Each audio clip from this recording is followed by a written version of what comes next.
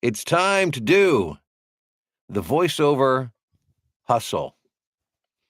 Now, I'm not talking about that song. For those of you of a certain age, you may remember a song from the 70s, The Hustle, which was central right in the middle of the big disco craze of the 70s. I just as soon forget about all that. That's not what this is all about. This is about grit, determination, things we've talked about before, but I want to talk about it some more today because I think it's relevant. And I want to welcome you, first of all. My name's Bill DeWeese. I'm a professional voiceover talent. I've been recording voiceovers for 18 years, all kinds of voiceovers for all kind of things, for all kind of companies from all over the world. I'm a voiceover coach and a voiceover demo producer. My latest book on the topic is Get Paid Using Your Voice, Get Found, Get Heard, Get Hired.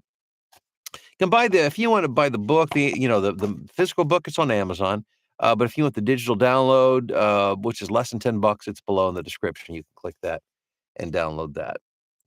So, hope you guys are doing well. And by the way, take a second to check in on the live chat. And what I mean by that, just let me know where you're watching and listening from, because in a bit, I like to personally go through and just shout out to everybody who's on here. It's my small way of saying thanks for being here. And I do pay attention. I know who's on and who's not on. I love it when you guys make it a point of being here, and of course your likes and are always appreciated. You guys are fantastic. So yesterday I made reference to Pete Rose. And Pete Rose, for those of you who don't live in the United States or are not baseball fans, the name may not mean a whole lot to you. Pete Rose passed away day before yesterday. Was one of the most recognizable names in the sport of baseball, and a highly controversial character for sure. But his fame comes primarily from the fact that he is the all-time hit leader. He has more hits than anybody in the over 100-year history of the game, which is a big, big, huge deal. Big deal. And the reason it hit me, I was really thinking a lot about it yesterday, and it hit me kinda hard, and the reason was because Pete Rose is one of my baseball idols. When I was a little kid growing up, I loved sports. I've never been what you'd consider a great athlete. I mean, I played sports, um, but I loved it. I just loved to play. I loved to hang out with my friends. I just loved being involved with the team. And when I was a little kid, like 9, 10, 11, 12, in addition, like, to playing Little League baseball, I mean, I lived at the ballpark. So my summers when I wasn't in school, well, I'd get up. Of course, my mom would make me she would insist that I eat something, some oatmeal or something before I headed out, but I would grab my baseball bat and my glove, as my other friends did, and we would come out and we'd just start knocking on the doors of our friends in the neighborhood until we got enough guys together. I say guys, kids, I mean, everybody played up there, to head up to the park to play baseball. And the park was about a quarter mile from my house. And we'd go out in the morning and we would just forget about time. We'd forget about lunch. We'd forget about everything. And we would just play baseball all day long. And then the next day we'd wake up and we'd drag our balls and bats out and start walking up and down the street, knocking on doors, getting our friends out of bed and heading up to the ballpark. And I remember pretending, that I was Pete Rose and my other favorite players who basically were from the same team, the Cincinnati Reds. That's who Pete Rose spent the first part of his career with, and these were my heroes, the people I emulated. But Pete Rose, the thing that really stood out about him, and it's interesting how we take things from our heroes and we carry them with us through life. And Pete Rose was known as Charlie Hustle. That was his nickname that he was given in baseball, because Pete Rose grew up on the west side of Cincinnati. It's an area I'm familiar with. It's very much a working class neighborhood. These are people who have a hard work ethic and understand that nothing's going to be given to them and that they're going to have to go out and work for it and work hard for it. And that's the way Pete Rose grew up, and that's the way he played baseball. And he was told earlier on, before he even made it to Major League Baseball, that he wasn't big enough, he wasn't fast enough, he wasn't strong enough, he wasn't skilled enough. People told him all the reasons why he didn't have what it took to be a big leaguer. But Pete figured out the one thing that he did have. He realized maybe he's not as good, maybe he's not as strong, maybe he's not as fast. But what he could do, he could outwork everybody else. And so he played with an intensity that I don't think had been seen before or has been seen since in baseball. Um, the name Charlie Hustle was given to him by his peers, and it wasn't meant as a compliment. I watched a documentary, and I was listening to one of the ball players who said, when they came up with that name, it was meant to make fun of him because the guy, he just wouldn't slow down. He was just like he was always on, always intense. This is the guy who, like, when he would get walked, he would never walk or jog to first base. He ran to first base. And, he slid into bases head first with intensity. If you were a catcher at home plate trying to block the plate when he was trying to score a run, it became a football game instead of a baseball game, and he would knock you out to try to knock the ball out of your hand. I mean, he was intense all the time. It made him one of the greatest baseball players. The guy who they said wasn't big enough, strong enough, or good enough became one of the greatest of all time. Not because he was more skilled, but because he had more intensity. He had more grit. He had more determination. He had more stick with itness than anybody else. I wish I had that level of intensity. I don't. Um, but I have learned. I mean, naturally, I'm wired as a pretty chill guy, as you can probably tell. I'm not a type A personality.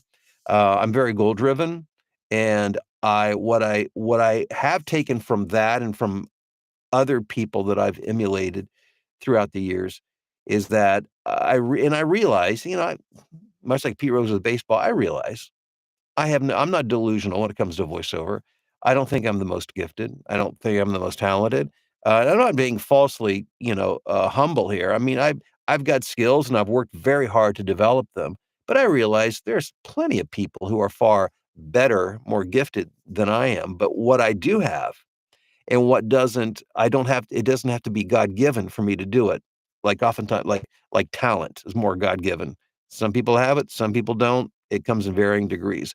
But what we all can do is make a decision that we're going to up the intensity, that we're never going to quit, that regardless of what people say, if we're willing to work harder, longer, and earlier on, I realized, and that's if I can credit anything to my success, it's that I worked harder. I did more auditions. I made more phone calls. I sent more emails. I worked more hours. I just pushed and I pushed and I pushed. Even when I wasn't getting immediate feedback from that. Nothing was happening. No jobs were coming in.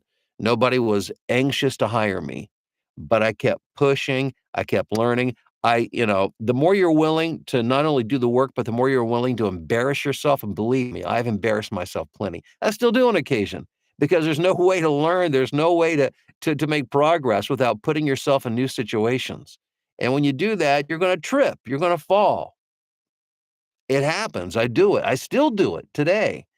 And, nothing good happens accidentally well, I shouldn't say, sure, good things happen accidentally, but things that last, careers that last, success that lasts doesn't happen accidentally. It requires continual grit, determination, intensity, a willingness to learn, a willingness to make yourself vulnerable, a willingness to embarrass yourself.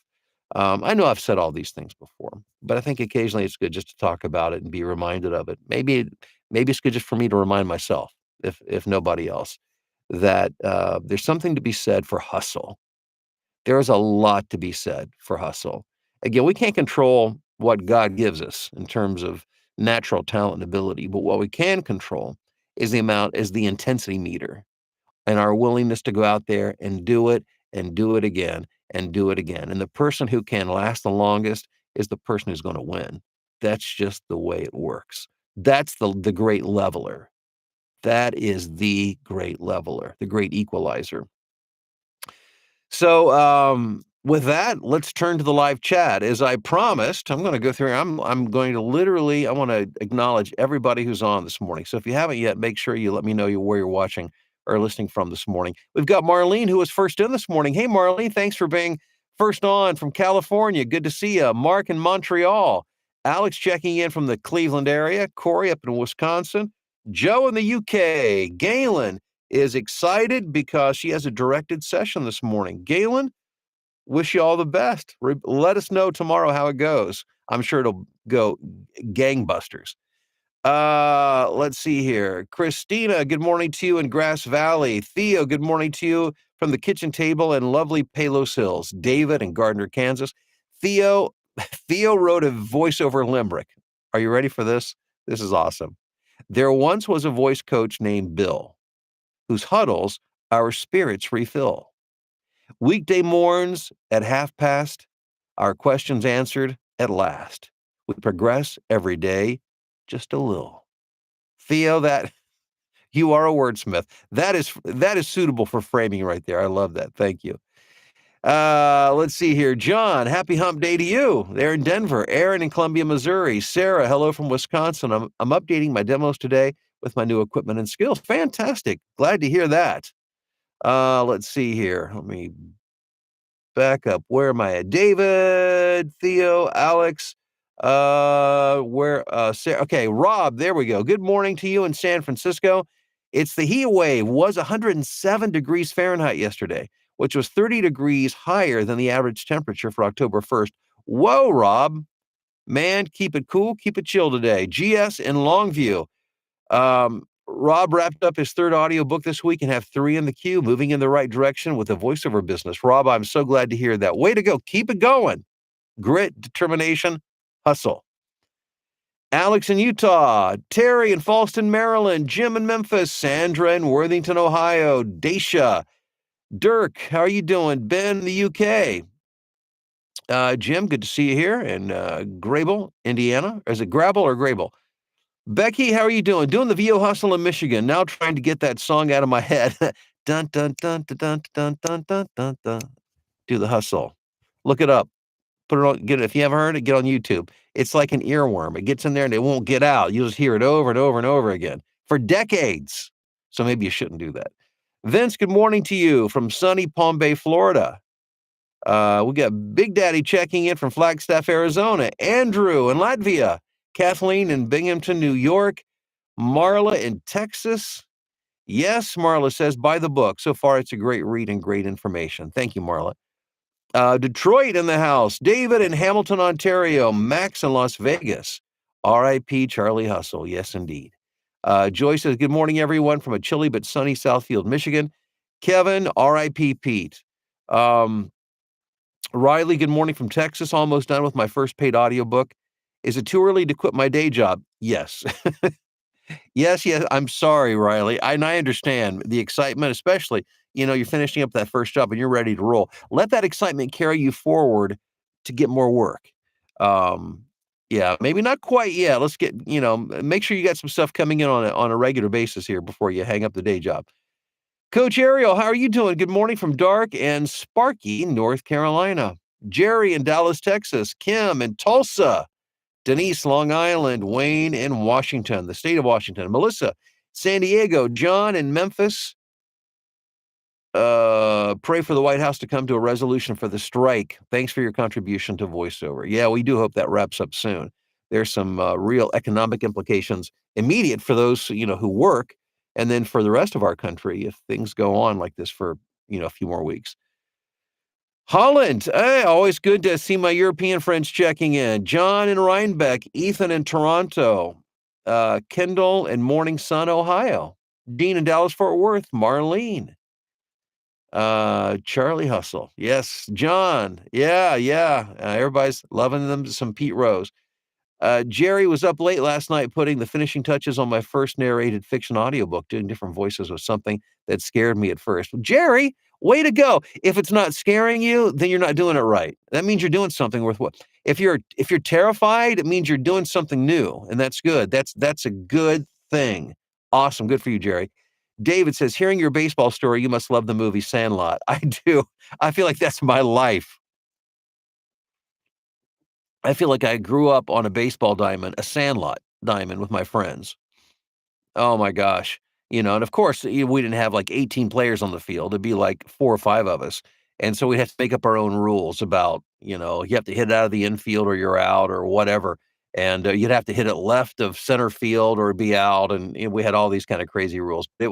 We had so much fun. Oh my gosh. I loved it so much. Megan says, good morning, Bill and friends. It's getting chilly here in southern Manitoba.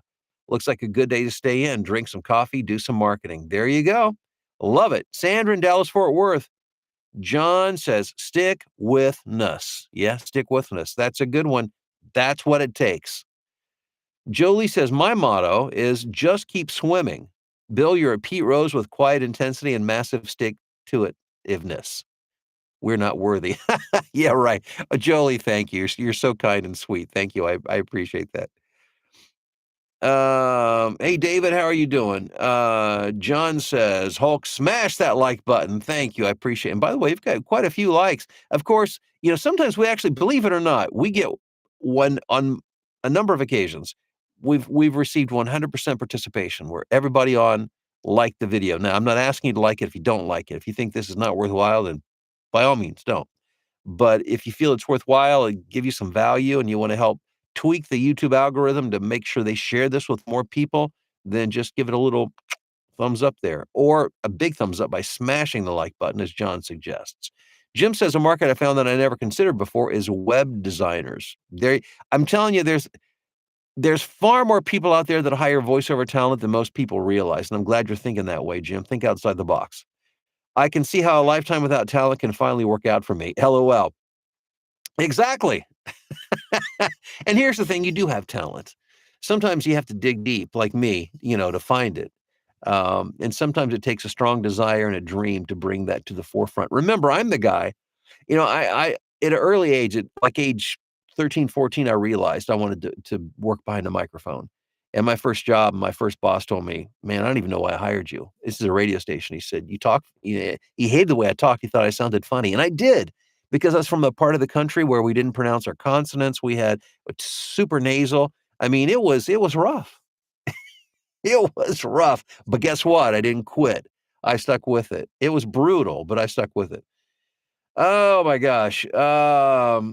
Jeremy in Oklahoma, GS says, Billy Hustle. There you go. I like that. Thank you, GS. David says, feel the same about Mr. Rose, Charlie Hustle, a legend, baseball hero. Who can ever forget the historical team, Big Red Machine? Hit me hard too. R.I.P. Pete. Great tribute, Bill. Oh, thank you.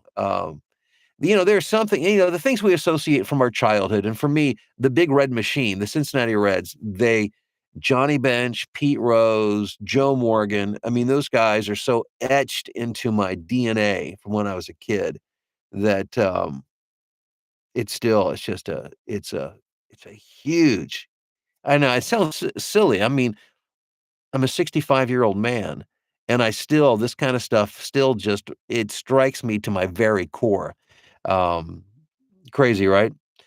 Ariel says, vulnerable and mistakes. Woo. Woo. Yeah, exactly. The baseball bunch, him and Tommy Lasorda taught baseball. Oh, the great Tommy Lasorda. Jim says, love that story and message. We'll be sharing it with my great nephews, having no grandkids of my own. Well, that's great. Share it with those you love and care about, whether it's through that story or other stories. I think these are the things that, people can carry with them that can make an impact on their life. But again, we're talking about a guy, he was not a perfect man by any means. He was very much a human being. I mean, he was banned from baseball, after all, from gambling, and that's not the end of his controversy. But beyond all of that, he certainly showed greatness where it counted in many ways. Theo says, time to hit that like button, y'all. Thank you, Theo. Dan says, in my first months of learning about voiceover. Dan, you've come to the right place. Thanks for being here. Jim says, woke up to 54 degrees this morning. Summer's over, right?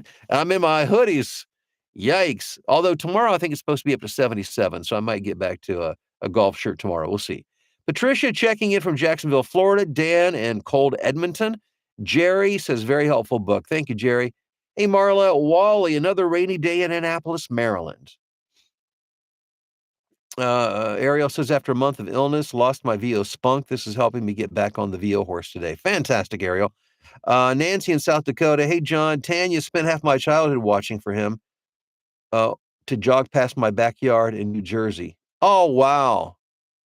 That's amazing. Back when he was playing for the Phillies. Did he live in New Jersey at that point? Wow.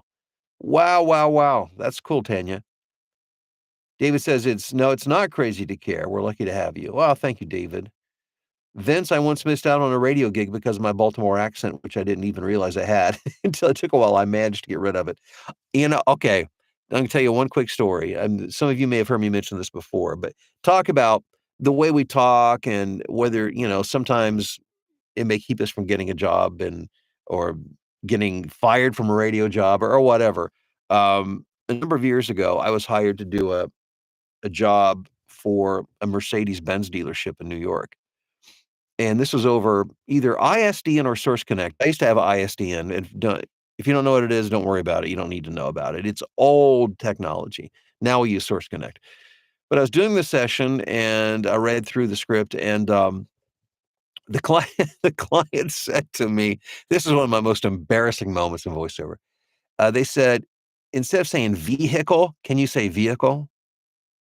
Yeah, because where I'm from, everything's a vehicle. No one says vehicle in Central Ohio. It's a vehicle. We don't say umbrella, we say umbrella. It you know, the emphasis, the emphasis is always on the wrong syllable, from where I grew up. And, yeah, I mean, I've embarrassed myself so many times over the years. Okay, guys, thanks again for being here. You are appreciated. Have a great day. Let's hustle. Let's get it done today. Have a good one. We'll talk to you soon.